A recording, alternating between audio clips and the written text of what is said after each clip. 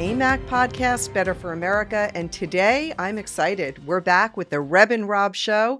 And the world has delivered us such a full plate of issues.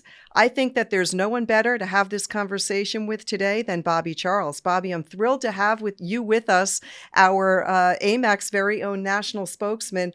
And for those listening, many of you know Bobby Charles, but as a reminder, he did serve in the Reagan and Bush White Houses. He clerked on the U.S. Court of Appeals. He was a litigator in New York and Washington. He ran oversight investigations for Congress under Newt Gingrich, including in defense, state, justice, and NASA. He taught at Harvard. He has written 2 books, great books, one on narcotics and terrorism, and one on World War II veterans. He also served as Assistant Secretary of State under Colin Powell and was charged with running operational programs in over 70 countries. Today, Bobby is a prolific analyst, an incisive writer for AMAC. Go ahead and download the AMAC News app if you haven't yet done that, because you'll see a lot of Bobby's great articles right there. But if there were ever a time for thinking and writing about world events with historical perspectives, it is surely right now. Bobby, I'm thrilled to have you with us and to dig into all of the issues today. Thanks for being here. Great to be here, Rebecca. We've got as you just said, the world is sort of on fire, so it's a great time to be talking about it. It really is. And Bobby, it's been a few weeks at least. So much has happened since you and I last sat down, since the last Reb and Rob show. And we do like to call this show Reb and Rob on truth and history. I want to talk about truth, and I want to talk about some history so we can understand exactly what it is that's happening today. Russia's invaded Ukraine. NATO is on high alert. China is eyeing Taiwan. And Bobby, so many hearts around the world are really breaking. It really kills me every time I turn on the television and see these images. We know that over 4 million refugees are now flooding into Europe.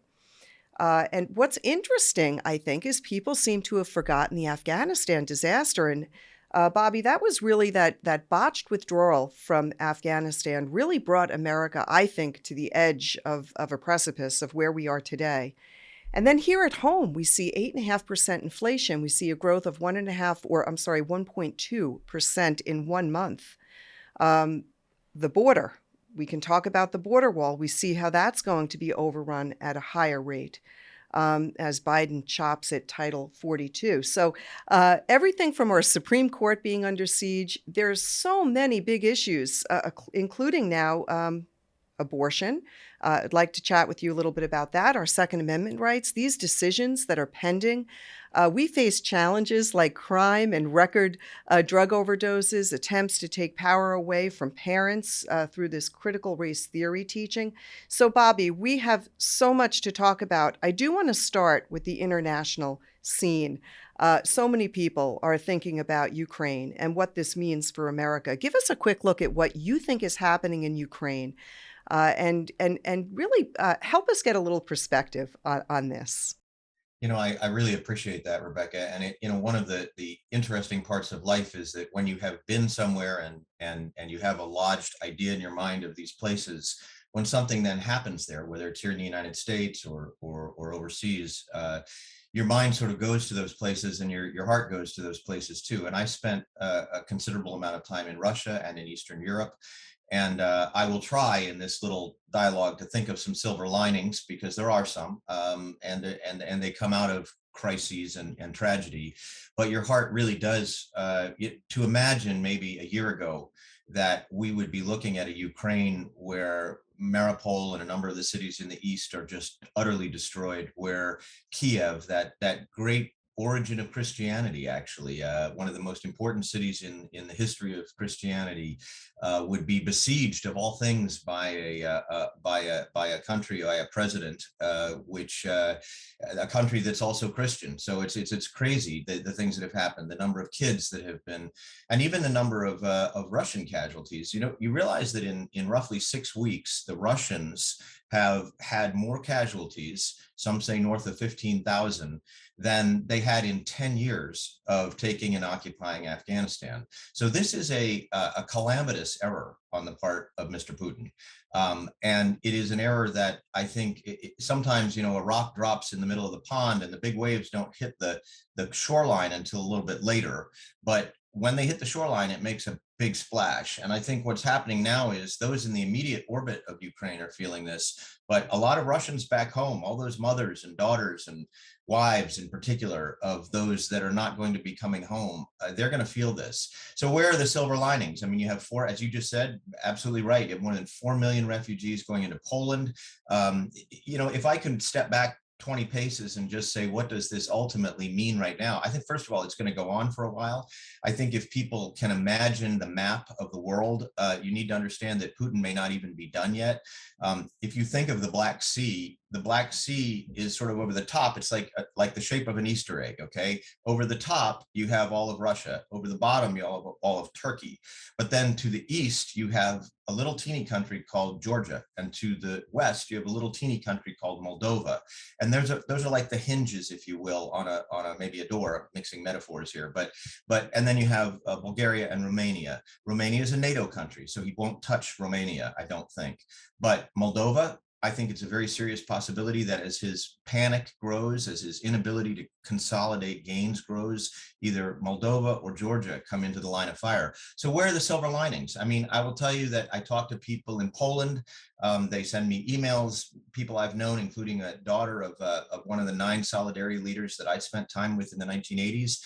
And she says, among other things, there's this little miracle occurring. People are coming, these refugees that are all coming from Ukraine. Many of them are Orthodox. Here we are at the Easter season of all things, but many of them are Orthodox. And here they are coming to a Catholic country, 98% Catholic. And the Poles are not putting them in camps. They're taking 3 and 4 Ukrainians into their homes. So now you've got 8 or 9 people using a toilet because it's just that Poles are not particularly they're not rich people. So that's a beautiful little thing happening. Another thing is that NATO has completely solidified. Who would have thought, again, that NATO could be, I mean, Trump kept pushing them, pay your bills, be ready, something might happen, be on top of things. And now, lo and behold, we've got a NATO that's probably more solid than it's been in 2 decades. So, and you've got this little China piece going on over here where China's looking and seeing, oh, guess what happens? If you try to take a contiguous country, the rest of the world unifies against you. So I think, Rebecca, on the one hand, there's a scariness to it because we're seeing a medieval act on the part of a medieval leader who's actually a former KGB leader in Putin. On the other hand, I think what may come out of this is a greater unity and conviction that those principles that we believe in, all of them, the things we see in the Bill of Rights, do really matter all over the world, and that civility and decency and a sense that we will stand together to keep those things happening might be sort of getting a rebirth, a second chance. Bobby, there is so much news out there, and there's a lot of talk. Every news station is talking about Ukraine. What do you know in terms of Russia's success or failure in their effort to capture more territory? We're hearing that Ukraine is holding strong, but how long can this go on? I know that we're all expecting that this will go on for quite some time. Do you believe in your heart that, in fact, that Putin will not win this war? I think he's already lost it. If win and lose has to do with what the future of the country that he is leading has to deal with in the future, and maybe even the future of Ukraine, it's not over yet, for sure. But anybody that's listening may, as a child, have played tug of war. You get a bunch of people on one side and a bunch on the other, and if you have a big enough family, you can even do it that way. But you start to pull, and at first it's all very tense and tight, and then one side gets the momentum, and everything goes.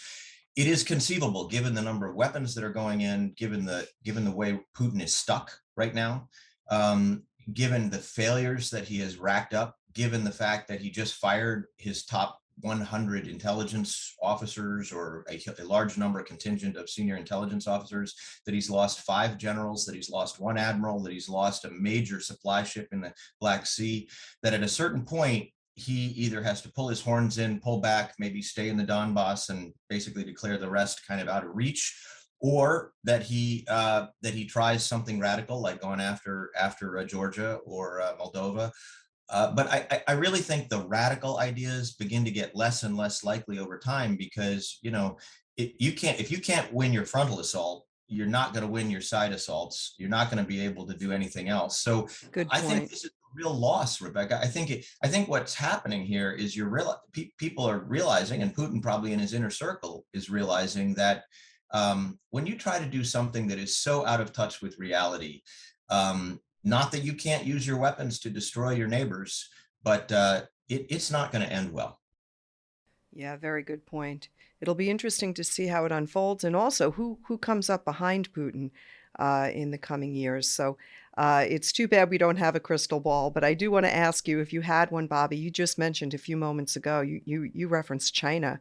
If you had a crystal ball, what might it say about what China is thinking right now? Do you think that they're learning any lessons from what's happening here, Russia's attempt to take Ukraine, and could this be tied to how they may act towards Taiwan? Absolutely right, Rebecca. Absolutely right. I think that the Chinese Politburo is huddled around their own crystal ball right now, trying to figure out what the heck is going to happen here, and maybe they should be looking at what they shouldn't do. They have already pulled back. They had up to 30 or 40 fighters penetrating Taiwan's airspace literally every day up and from last fall, basically after Biden got into the position where they thought they had some advantage here because he's such a weak leader. And it turns out now they're starting to pull those fighters back a little bit. I think some of this is realizing that, if your partner, remember just before the Olympics, they declared their alliance with Russia, Yes. presumably to give each other cover and kind of present themselves as a unified force. Well, if you see your partner go through a buzzsaw and come out looking pretty poor, you might not step into that buzzsaw yourself. And I think that the deal with China is they have it in their strategic plan to get Taiwan either intimidated back into mainland China or to somehow overtake them. But having spent time in Taiwan, let me tell you, that would be a vicious battle. That would be a far harder battle than what's happening in Ukraine. And look at what's happening in Ukraine. I mean, the resistance is probably worthy of the French resistance or better in terms of World War II. This is a country that's saying, no, you picked the wrong enemy. You picked the wrong country to come after. If you think that's Yeah. true in Ukraine, you can only imagine what it's like in Taiwan. Their philosophies are 100% different. They've got a mountainous territory. They're well armed. We've been giving them F-16s and really exceptional defensive capabilities since Reagan. So I think that China's probably looking at all this and saying, Rebecca, um, uh, sorry about that. We were sort of thinking that I think they still have their eyes on Taiwan. I just don't think they're going to go in now. Interesting. But what's really interesting is we see Russia and how their actions are affecting the price of oil, European unity, of course, and our own defense budget. And then on China, we see how their actions affect our nation with COVID, and also their undue influence in politics and our universities and even our corporations and companies. And then these strange ties to the Biden family, boy, and we're just beginning to see this get picked up outside of conservative news outlets. So let me ask you, how do Putin's actions affect world energy thinking?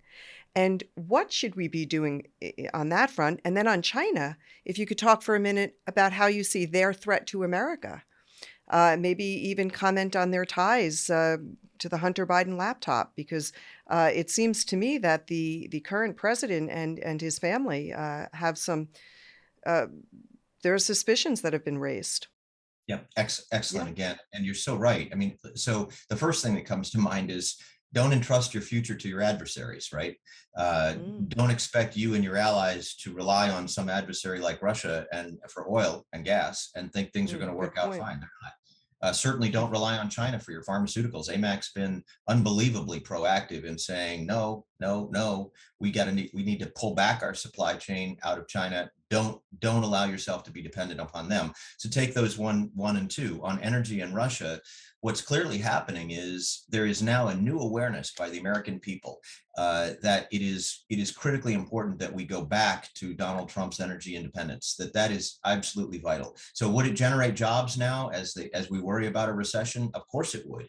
Would it reopen our relationship with Canada? Would it reopen drilling and fracking and lower the price of gas at the pump? Yeah, the number one reason that gas at the pump is a problem is because Biden shut down a huge chunk of the American energy infrastructure. I mean, that sector, it was thriving. It was vital. We had higher production, employment. We had 13 billion barrels, I think, a day being produced, and we were on our way to 18 billion, and now we're probably at half of that, maybe a third of that. I don't even know. And so at the end of the day, one of the big things this does is it refocuses the average American on the idea that energy matters. Your heating oil in New England, heating oil is incredibly expensive because we're not producing as much as we were. So, and Russia is certainly, we also need to get our allies, the Europeans in particular, to depend on our energy, not Russia's, which they're doing. They're starting to do right now. In terms of China, that Hunter Biden laptop is getting more and more insidious by the day. I mean, it's showing that he not only was a bad actor as an individual, but he was clearly involved in things he should never have been. There's a grand jury impaneled. I mean, I think we're going to see indictments. I don't know who they'll be of. I don't know how high they'll go. But if you think about it for a second, if I can just sort of end my answer with a soundbite, if Joe Biden is at the center of this hub, if there's no influence to sell, no one sells influence. Or to put it differently, if influence is being sold, there has to be someone who has influence that is for sale. And so Joe Biden carted his son all around the world, to China, to Ukraine, to all these places. For him to say publicly, oh, we never talked about any of those deals, is really kind of untenable. It doesn't make any sense. The average American has to say, you say you weren't involved, but let's see what that laptop and the national and then the prosecutors and the grand jury say, because it certainly looks very, very suspect. Yeah, and the polls are showing that the American people are waking up and seeing that this is not the president that he promised to be. He's certainly no moderate.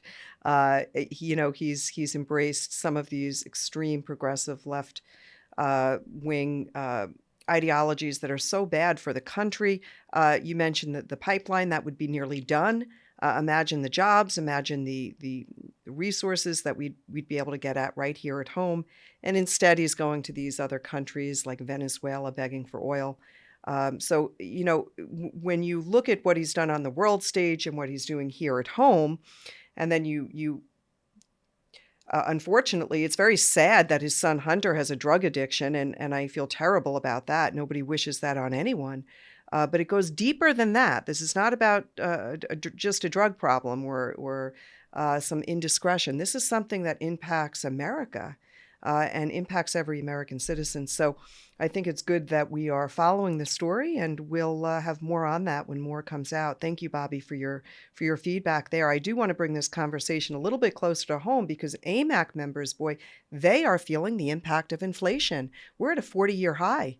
And I mean, can you imagine, Bobby, literally losing 10 cents off the dollar in a year?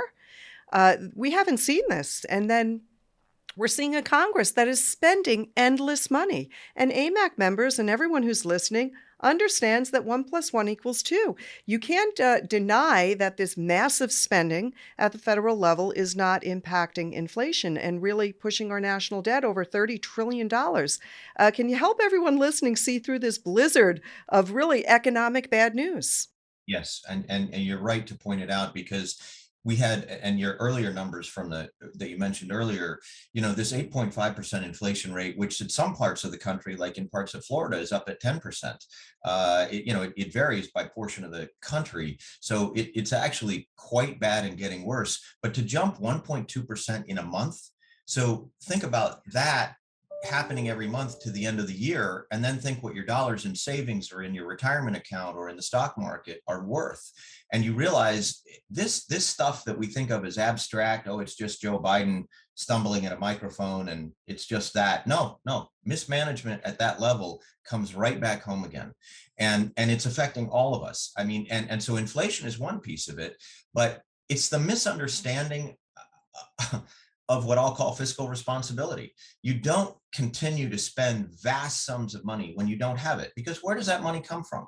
That money, it comes from the average person in the town I grew up, working in a paper mill, trying to get enough money to pay their taxes and feed their family and keep their either rental or their mortgage paid. They and maybe get their kids to school, and maybe, I mean, these dollars are hard-earned American dollars. And when you just blow them through the door, which the United States Congress has done under Democrat control, and Biden keeps signing all kinds of legislation, you end up in a situation where it has consequences. Just like elections have consequences, overspending has consequences. And by the way, cutting off the energy sector has consequences. And so where will this go? I mean, I think, I'm sorry to say, on the one hand, you can fix it if you get the right fiscal leadership. You get someone who understands that just like you have to balance your accounts at home, you can carry some debt, but you can't continue to carry so much debt that it ultimately controls your life.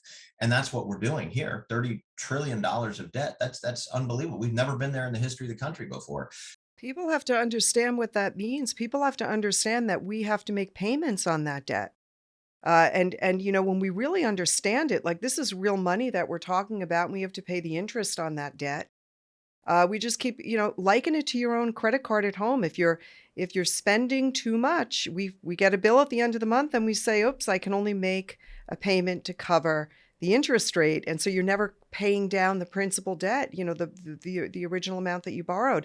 And we're getting into that same exact death spiral, I call it, a cycle here in America. And this is so bad for our long term. It puts us in a terrible position, both here at home, but also internationally, because that weakens our stance. Go ahead.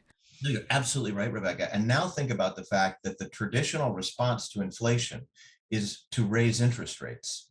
And now imagine that all that debt, that $30 trillion worth of debt, and by the way, anything else, people trying to buy a home, refinance a home, the interest rates are going to be higher. So that's happening. That's absolutely happened this year. And so you have high inflation, you have high interest rates. That tends to slow down growth.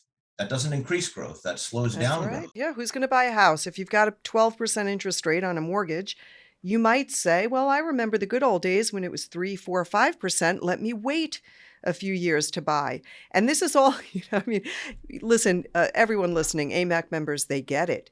It makes perfect sense that when we're in the position that we're in here right now, today in America, that we don't keep spending more and more money on programs that are not meant to really help the economy. It's really meant to stifle, I think, and keep people at home and suppress growth.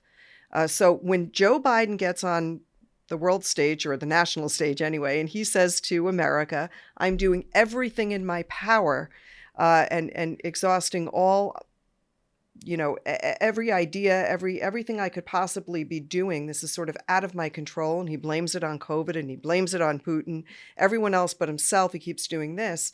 American people are smarter than that. AMAC members are smarter than that. I think we're going to see inflation and what's happening, to people's pocketbooks impact the way that they vote. That, Bobby, and also what's happening.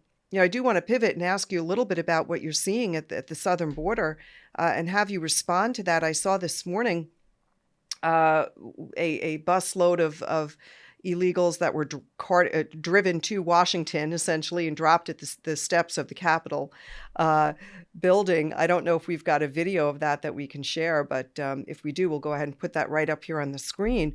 It is so frustrating to see these states like Texas, Arizona, these governors that are just left in such a bad situation because their states are really being impacted.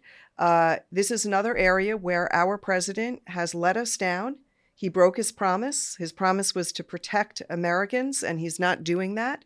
We see wide open borders allowing for illegals, massive drug overdoses here in America by innocent young people that don't realize that they're taking a pill that maybe is poisoned with fentanyl. And then we're hearing about more and more human trafficking. And there are so many people turning a blind eye, average Americans, that don't really want it to be their problem. So they're avoiding this uncomfortable issue.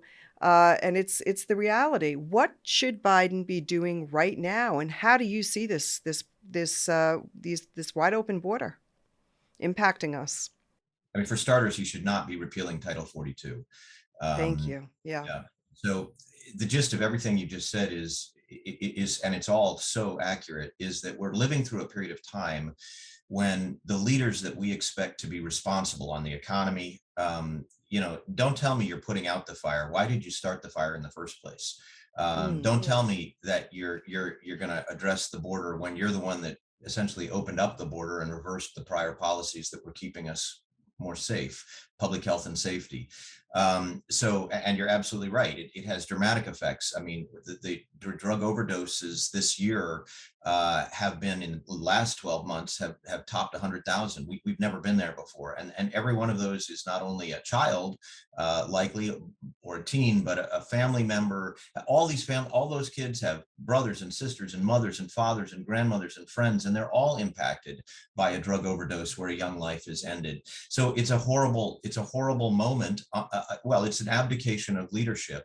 With respect to the border, Title 42, in a nutshell, is a law that came on the books in 1944 that allows a president to stop and immediately deport, which we are doing right now, to immediately deport anyone that has or may have a communicable disease. So right now, the four largest countries that illegally entered the United States over the southern border had big spikes in COVID in January, earlier in this year. They also are countries that have maybe averaged a third of their population inoculated.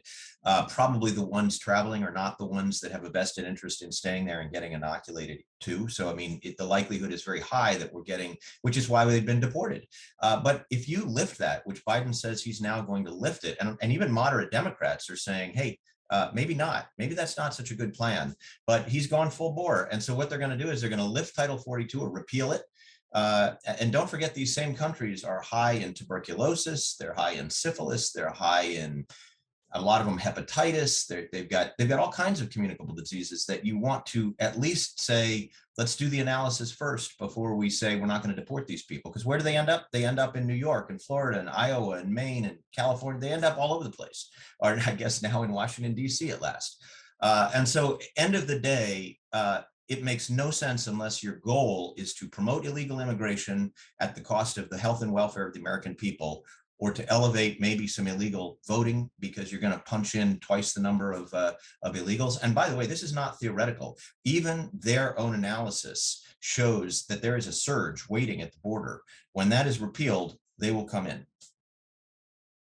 So, for everyone out there, I want you just put this in perspective. Here we have a president who speaks about the guns that we've got to get off the street, and he's targeting good, honest people like you and me, lawful citizens, and doing nothing about the illegal guns that are coming into America over the border. Think about that. Think about every time we hear about another shooting, we hear about another school shooting or subway shooting. We hear leadership talk about the big bad guns. They don't talk about the people that are using those guns. And think about COVID, your children being forced to mask or forced to stay home, your employer forcing you or being pressured to coerce you into getting a vaccine. Yet we have a president who welcomes hundreds of thousands, millions of illegals without much worry as to whether or not they've had the COVID vaccine. I mean, it is almost unbelievable. You would think that this would be written in some sort of fiction story and we'd all say, oh, that would never really happen, but it makes for good reading. This is real stuff. It's hard to really wrap my mind around the fact that we could have a president so uncaring, just really so inept, incompetent, really just stupid, Bobby. And I hate to say it like that and disrespect the president, but it makes no sense, at least not to an average person like me. So I really appreciate you helping us remember that there really is a true north and that things matter, that they should matter, that truth matters. And so, Bobby, to wrap things up a little bit, I do want to take this moment and ask for you to share a little bit of history, maybe a story or two, because you do have such rich history. You've traveled the world. You've worked closely with folks like Reagan, Bush 41, Colin Powell. So perhaps you could leave us with a little bit of perspective through a story or two. Maybe there's a lesson or two that you've learned that you can share with us. And I guess maybe a few about Eastern Europe or Russia would make sense given the current context. And I agree with everything you just said there. And yes, it's either unintelligent, by the way, or it's intentional. And I guess when we're told, by the way, by Biden diktat, we can't use the word illegal alien anymore, and they're scrubbing it from all the federal Yeah, documents. You ridiculous. gotta you gotta ask what's really going on there. So Yeah. some stories, some simple stories that are just good to remember. I'm always reminded that, at least in my view, good leaders make all the difference. History is not, some people think it just goes like this and nobody really pays, it's all going to happen anyway. Well, no, that's not really true. I mean, Ronald Reagan and Winston Churchill and Abraham Lincoln and the founding fathers teach us very clearly that history is about how the people speak in America, how the people speak to get good leadership. And so this November will be very important in that regard. And every day is important in that regard, whether you're at a school board meeting or just trying to talk to a neighbor. And I'm reminded that good leaders like Reagan could turn the dial, and they turned it in ways that were both domestic and international, and they did it in the most simple ways. When I'll just tell you, when Ronald Reagan died, I remember his procession. I was in Washington, and the caisson, and he lay in state over at the Capitol. And because I had been there for some time, and I got in line, and I got up to the forefront, and I had worked, of course, for prior speakers. And so I was standing actually in a little stairwell to the side of the place where the casket, flag draped and marine protected, was sitting. And I was about to go out to go pay my respects. And the Capitol Police stopped me and said, just wait. And a little man came up through the stairwell and went out and actually paid his respects in a seemingly religious way, and turned around and came back down again. There was no press. There was no press coverage of it. As far as the world knows, it never happened. That little man was Gorbachev. And that's because Ronald Reagan, almost certainly from a political perspective, converted that man to understanding that things like the Bill of Rights, freedom of people, release of them from the communist yoke really mattered, that was something he could do in his lifetime. Another very simple thing that affected my way of thinking, and I've told this story a couple of times previously in different environments, but Ronald Reagan did this in his daily life. A lot of us, well, let's put it this way. A good leader says, just bring it. Okay. Whatever it is that I've got to deal with, just bring it. And Ronald Reagan was like that, but he never lost his human touch either. And one day, a very acerbic reporter, Sam Donaldson, was very rude in the middle of an event, disrupted the event, stormed through the Rose Garden, and went off dragging his poor cameraman with him, and wanted to scoop the story, etc. And when it was all over, the way that the Rose Garden is configured is there's the Oval Office on one side and the press office on another side, and then the South Lawn goes beyond that on the other side. Well, Reagan was just walking back to the Oval Office, and I was standing there, and I just watched him. It was a young man in his White House, and I watched him, and he leaned down into the tall, nicely trimmed but grass, and picked something up. Couldn't figure out what it was, and then turned around. Meese and Baker and Devers were there, and turned around and went into the press room, which is kind of an odd thing for a president to do. But if you're the president, you can do whatever you want. And it turns out, I watched him. He went over and he handed the lens cap that the poor cameraman who'd been dragged off by Sam Donaldson had dropped in this process. And he said, "Drop your lens cap," and then went back to the Oval Office. Well, that's the kind of thing we should all be doing on a daily basis. And one last thing: those polls that are being so good right now. A very Catholic nation, showing in a sense that faith also matters in a day-to-day way by helping the Ukrainians. I'll never forget when I was over there at the time of Solidarity and during martial law back in the 80s. They took me out a little sliver of wood, like a piece of wood that said USA on it. Now, this is during the Soviet times, so you're not really supposed to have that kind of stuff. And they said this was handed down in the family because these were the boxes that were dropped during World War II with provisions to keep us alive. Wow. Yeah, and they kept it all those years. Just a little slat of wood that That's they cool. love America. They love America. And that's Yeah. what we should be doing. We should be leading in the world so that people realize hope is real, hope can be fulfilled, and America represents a real beacon, as Ronald Reagan, borrowing from the Bible, said, a beacon on the hill. Oh, well, thank you. Thank you, Bobby. It was really wonderful to have this chat with you. As you always do, you really do inform us and uplift us. So I love those stories. They're probably my favorite part of our time together. So thank you for being with us today. And for everyone out there listening, thank you for tuning in. And if you haven't downloaded that Amac News app, you're missing out. Go ahead and do that. You can watch, you can listen to this show, and plus track breaking news right there on the Amac News app. Please make sure to hit that subscribe button. Like, follow, and share wherever you are on social media. Until next time, I'm Rebecca Weber. This is your podcast, Better for America. God bless you and have a great day, everyone. You're listening to the Better for America podcast, presented by Amac, the Association of Mature American Citizens. To learn more about Amac and all it has to offer, visit us at www.amac.us.